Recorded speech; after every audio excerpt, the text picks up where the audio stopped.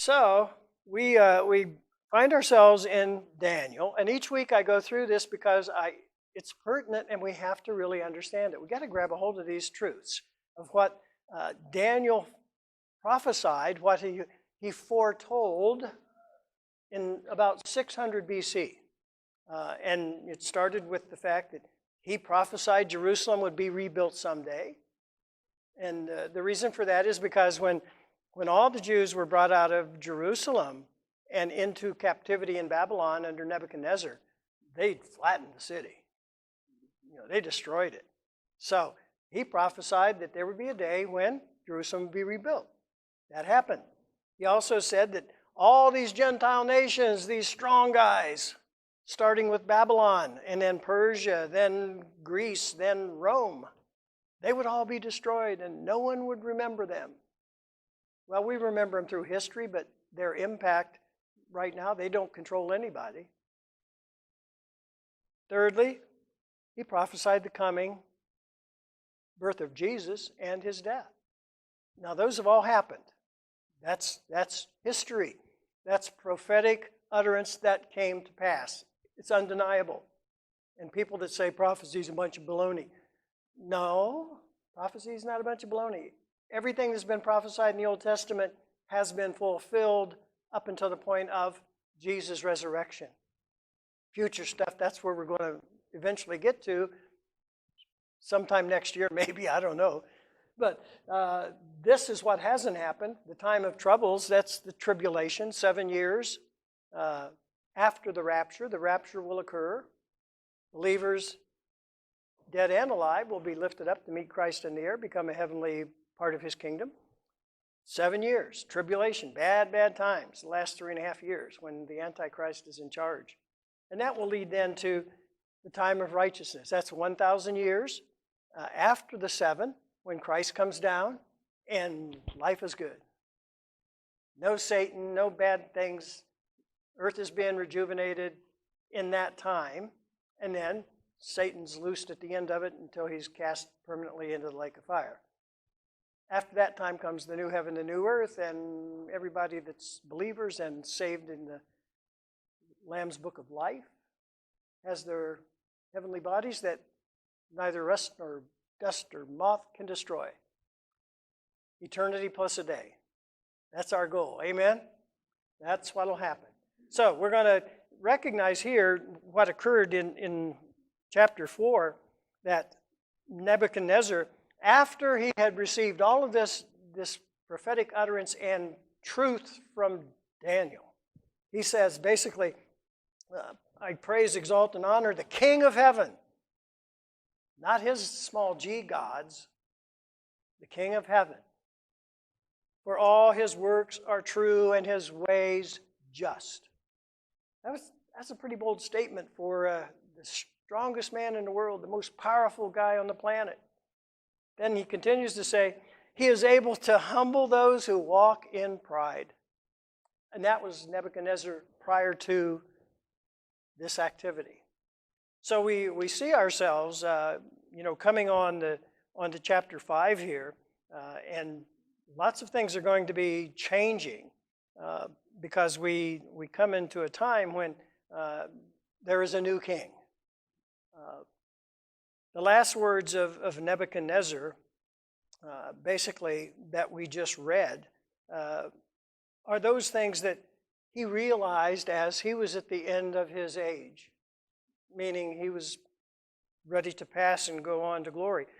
And the assumption would be, there's no reason why he couldn't be in heaven, because he basically worshipped and fell on his knees to the God of heaven and recognized the reality of who he was.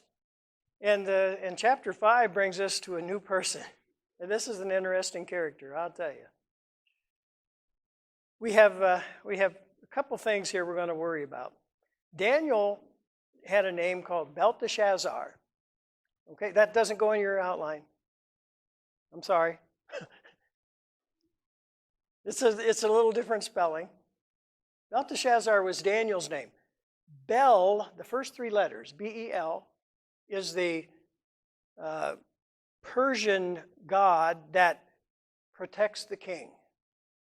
That's the whole premise of Bel. Belteshazzar is Daniel, and Shazar means in his life. So it would be protect the king in his life. That's Belteshazzar.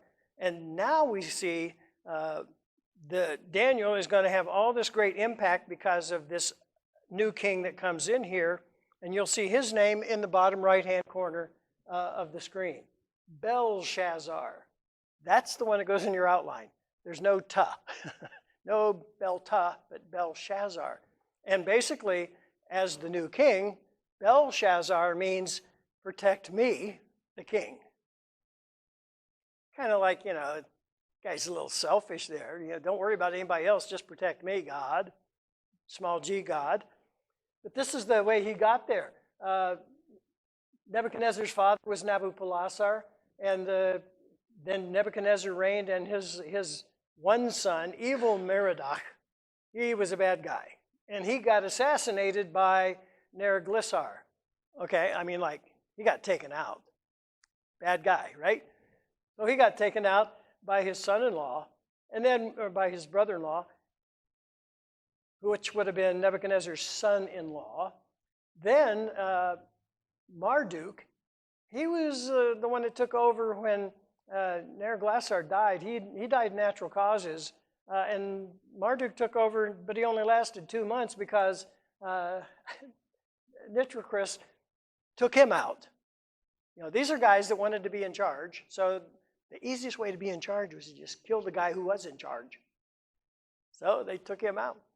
And that left Belshazzar to be part of the kingdom with his father. This is crazy.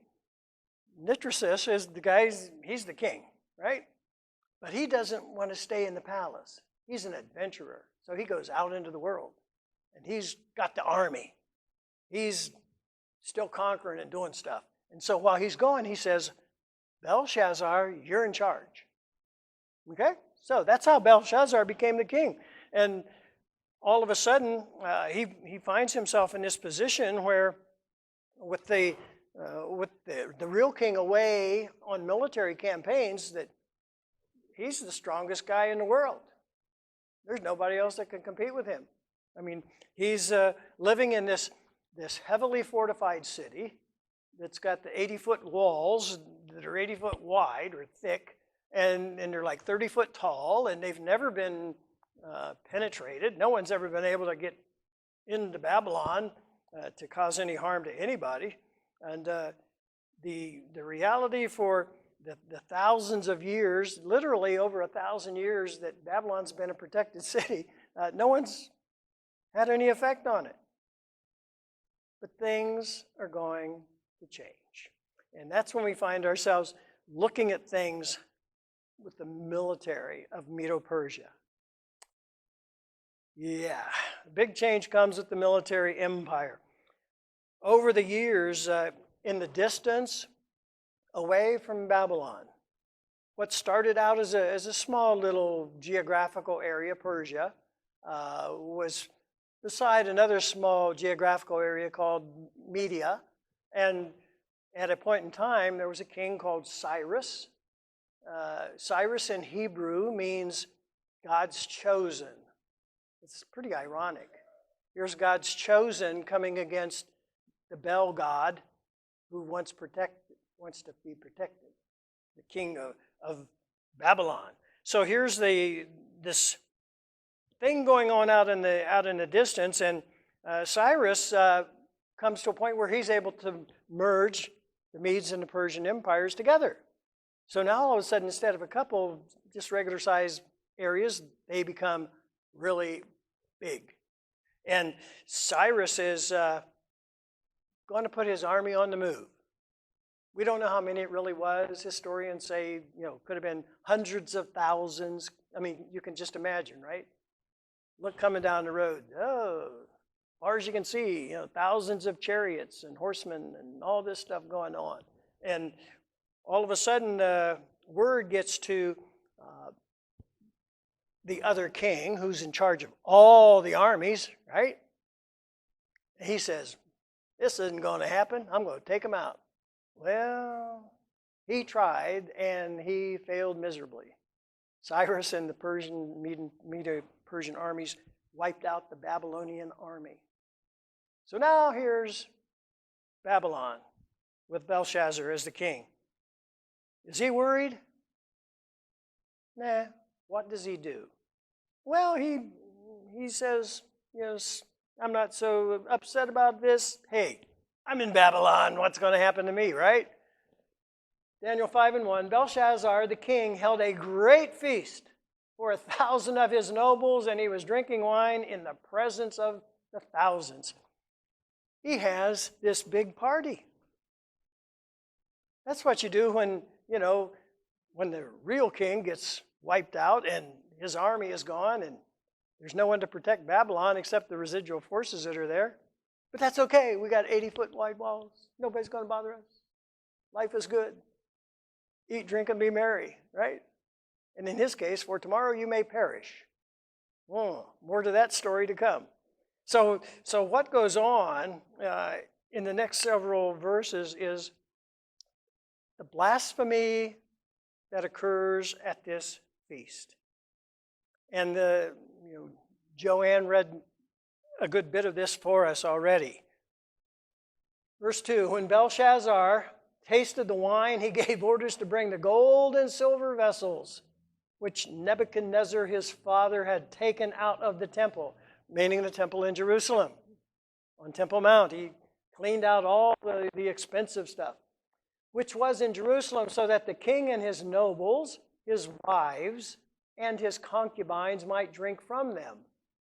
Then they brought the gold vessels that had been taken out of the temple, the house of God, which was in Jerusalem. And the king and his nobles, his wives, and his concubines drank from them. They drank the wine and praised the gods of gold and silver, of bronze, iron, wood, and stone. Let me stop there. Praise the gods, small g. They had a god for everything. The Persians. I mean, it's crazy. There was a god for everything in the history of the world. The gods of gold, silver, bronze, iron, wood, stone. All of this was going on, and this party was taking place, and it became blasphemous to God in heaven. And everything now starts to change because we see God's hand of judgment arrive on the scene. God's hand of judgment. And that starts in verse 5. Suddenly, the fingers of a man's hand emerged and began writing. Oh my gosh, can you imagine? I mean, you're sitting there and you've had like 8 bottles of Boone's Farm, and your head's kind of spinning. Of course, if you had that many bottles, you'd be in the bathroom throwing up, But here's this drunken king, and he looks across the room, and there's a hand, just a hand, I don't know how far up, but I would imagine not too much, And it's going, and he's like going, whoa. And as Joanne said, he was writing opposite the lampstand and the plaster of the wall of the king's palace, and the king saw the back of the hand doing the writing. Okay, very instructive. Verse 6, then the king's face grew pale, and his thoughts alarmed him, and his hip joints went slack, and his knees began knocking. Now, this is the most powerful king in the world, right? I mean, the army guy, he's gone. He's in charge. His hip joint became slack, and his knee, he started shaking. Verse 7, the king called aloud to bring in the conjurers, the Chaldeans. Now, Chaldeans were the wise guys of Babylon. They were the ones that were the fortune tellers, the astrologers, the same ones that couldn't help Nebuchadnezzar. Remember them guys? Off with their heads, limb from limb, all that. The Chaldeans and the diviners. The king spoke and said to the wise men of Babylon, any man who can read this inscription and explain its interpretation to me shall be clothed with purple. That's a royal color. That's very expensive. And have a necklace of gold around his neck and have authority as the third ruler in the kingdom. Okay. Cool. What we do now is, then all the king's wise men came in, but they could not read the inscription or make known its interpretation to the king. Holy moly, all the good guys, the smart guys can't figure it out. What do I do now? Then King Belshazzar was greatly alarmed, and his face grew even paler. Wouldn't it have been fun to see that color then? How much paler than white can you get, you know? His face grew even paler, and his nobles were perplexed. But there's a hero in the house. The queen entered. Now, the queen would be his mother. Okay, not his wife, but his mother. She was still alive. The queen entered the banquet hall because of the words of the king and his nobles. The queen spoke and said, "O king, live forever." That was the proper salutation to the king. Always had to say that. "O king, live forever. Do not let your thoughts alarm you or your face be pale." I mean, can't you just see her being so motherly? This is the strong guy in the world. "Now, honey, don't be so upset. Everything's going to be okay. Do not let your face be pale. There is a man in your kingdom in whom is a spirit of the holy gods. And in the days of your father," meaning Nebuchadnezzar, "illumination, insight, and wisdom like the wisdom of the gods were found in him. And King Nebuchadnezzar, your father the king, appointed him chief of the magicians, conjurers, Chaldeans, and diviners. This was because an extraordinary spirit, knowledge, and insight, interpretation of dreams, explanation of enigmas, and solving of difficult problems were found in this Daniel, whom the king named Belteshazzar. Let Daniel now be summoned, and he will declare the interpretation." So, we have the stage set here for this kind of egotistical young king, Belshazzar, who's going to have an encounter with Belteshazzar, because the queen has made this declaration that this is probably the guy that can figure it out. And knowing that, he doesn't hesitate. So we see what goes on now, because Daniel becomes this guy that can be admired. Daniel can be admired. And the reality for all of this is that he had done everything for the welfare of the leadership of Babylon. By doing so and following God's direction and God's instruction, he was able to basically set the stage for all of the Jews to be returned to Israel, to Judah, to Jerusalem. He did what God directed him to do, and we know the end of the story, but this is what's going on. Verse number 13. Then Daniel was brought in before the king. Yep. The king spoke and said to Daniel, "Are you that Daniel?" Now, he's being kind of a smart aleck here. Daniel is this is why you admire Daniel. The king says, "Are you that Daniel who is one of the exiles from Judah?" Not like you're anything special, you know. I mean, you only made the biggest difference in the king's life before me, you know. No big deal. "One of the exiles from Judah, whom my father the king brought from Judah? Now, I have heard about you that a spirit of the gods," he's using the small g gods, "is in you, and that illumination, insight, and extraordinary wisdom have been found in you. Just now, the wise men and the conjurers were brought in before me that they might read this inscription and make its interpretation known to me, but they could not declare the interpretation of the message. But I personally have heard about you, that you are able to give interpretations and solve difficult problems. Now, if you are able to read this inscription and to make its interpretation known to me, you will be clothed with purple and wear a necklace of gold around your neck, and you will have authority as the third ruler in the kingdom." Here's the good part. Daniel answered and said before the king, "Keep your gifts for yourself or give your rewards to someone else. However, I will read the inscription to the king and make the interpretation known to him. So the king tries to smooth things over and bribe him a little bit, and you'll get a purple robe. Only a few people had purple robes, not that many. You're gonna give him a purple robe, gold necklace around his neck, woohoo, party. Even let you drink out of those vessels. No, that won't work.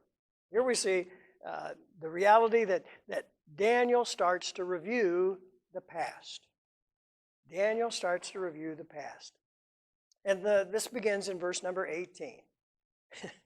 I love it. O king, the Most High God granted sovereignty, grandeur, glory, and majesty to Nebuchadnezzar your father. Wow. Because of the grandeur which he bestowed on him, and all the peoples, nations, and men of every language feared and trembled before him. Whomever he wished he killed, and whomever he wished he spared alive. Whomever he wished he elevated, and whomever he wished he humbled.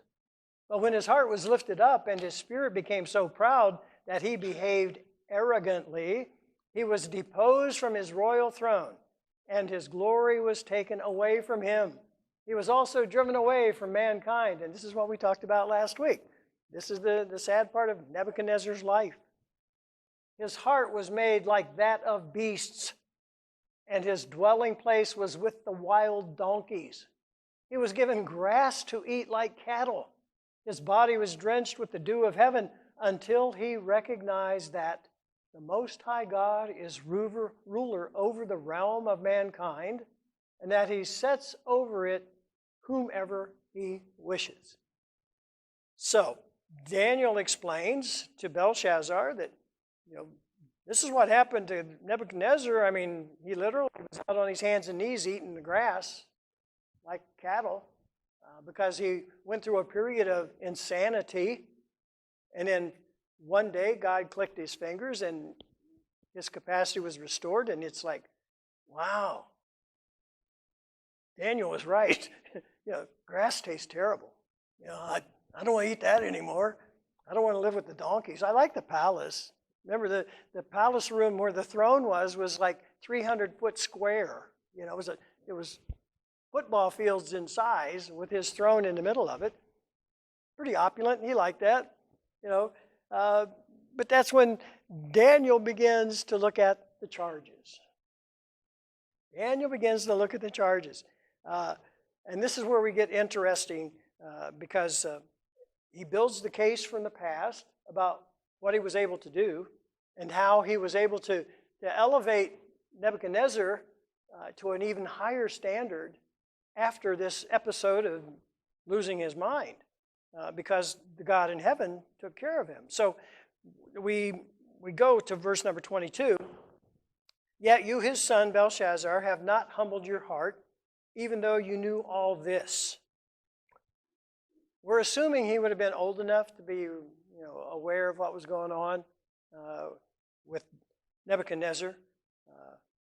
Verse 23 says, but you have exalted yourself against the Lord of heaven, and they have brought the vessels of his house before you, and you and your nobles, your wives, and your concubines have been drinking wine from them, and you have praised the small g gods of silver, gold, bronze, iron, wood, and stone, which do not see or hear or understand. I mean, can't you see these guys worshiping the god of wood and waiting for an answer? I got a problem. There's knots in this wood. What do I do, god of wood? What? Oh, man. Maybe the god of copper can help, or stone, or gold, or silver. And it's always the same thing. Crickets, right? Here we see the God in whose hands are your life breath and all your ways, you have not glorified. I mean, it's the God of heaven that controls everything that's going on in your life, and you ignore him. Verse 24, then the hand was sent from him, and this inscription was written. What was written? Well, God reached a verdict. God reached a verdict. And this hand was the judge, jury, and executioner, so to speak. It's the reality of what we find in Scripture. And I put the words in your bulletin just so you would have them. But verse 25, now this is the inscription that was written out. Mene, mene, tekel, upharsin. This is the interpretation of the message. Mene, God has numbered your kingdom and put an end to it. Tekel, you have been weighed on the scales and found deficient. Now let me give you a little bit of explanation here. In the language that they would have understood, Persian Arabic, mene is a root word that comes from a base word that means to reckon with, to be numbered, literally. And the reality for what it comes down to here is that Daniel says, God has numbered your kingdom and put an end to it. That's it. Very simple. Tekel is from a verb that means to weigh on the scales of something. So God's on this side and he's on this side, and the scale goes, whoop, it's all God. You've just been found wanting. That's where we find that. And then in your Bibles, it will say, Peres, your kingdom has been divided and given over to Medes and Persians. And that requires a little bit of explanation, because what was written on the wall was upharsin. That's a plural word of parsa.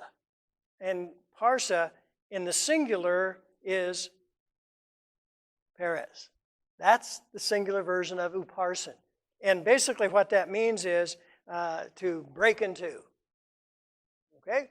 So we have the reality that Daniel, that Belshazzar gave the orders, and they clothed Daniel with purple and put a necklace and issued the proclamation concerning him that he now had authority as the third ruler in the kingdom. But it goes right past the interpretation. Belshazzar didn't really care. He just was happy somebody could read mene, mene, mene, upharsin. That's all. That's all he wanted to know. And what we find literally happening here is he seems to be unmoved by what's written here. Knowing that your kingdom has been divided and given over to the Medes and Persians, you'd think he would get a little bit upset about that. But there is no reaction. He listens and seems unmoved by this devastating prediction. And he then goes through the process of congratulating Daniel and elevating him to the third ruler of the kingdom and giving him all the gifts and stuff. Verse number 29, then Belshazzar gave orders, and they clothed Daniel with purple, put a necklace of gold around his neck, issued this proclamation concerning him that he now had authority as the third ruler in the kingdom. That same night, and this is where it really falls apart, that same night, Belshazzar, the Chaldean king, was slain. Now, how did that happen? Well, the reality is, unknown to the king, because he was drunk from Boone's farm, Cyrus and the Medo-Persian army surrounded Babylon, and there was a river Euphrates that went right through the middle of Babylon. They blocked off the river. They dammed up the river upstream and diverted it. And the river going into Babylon dried up.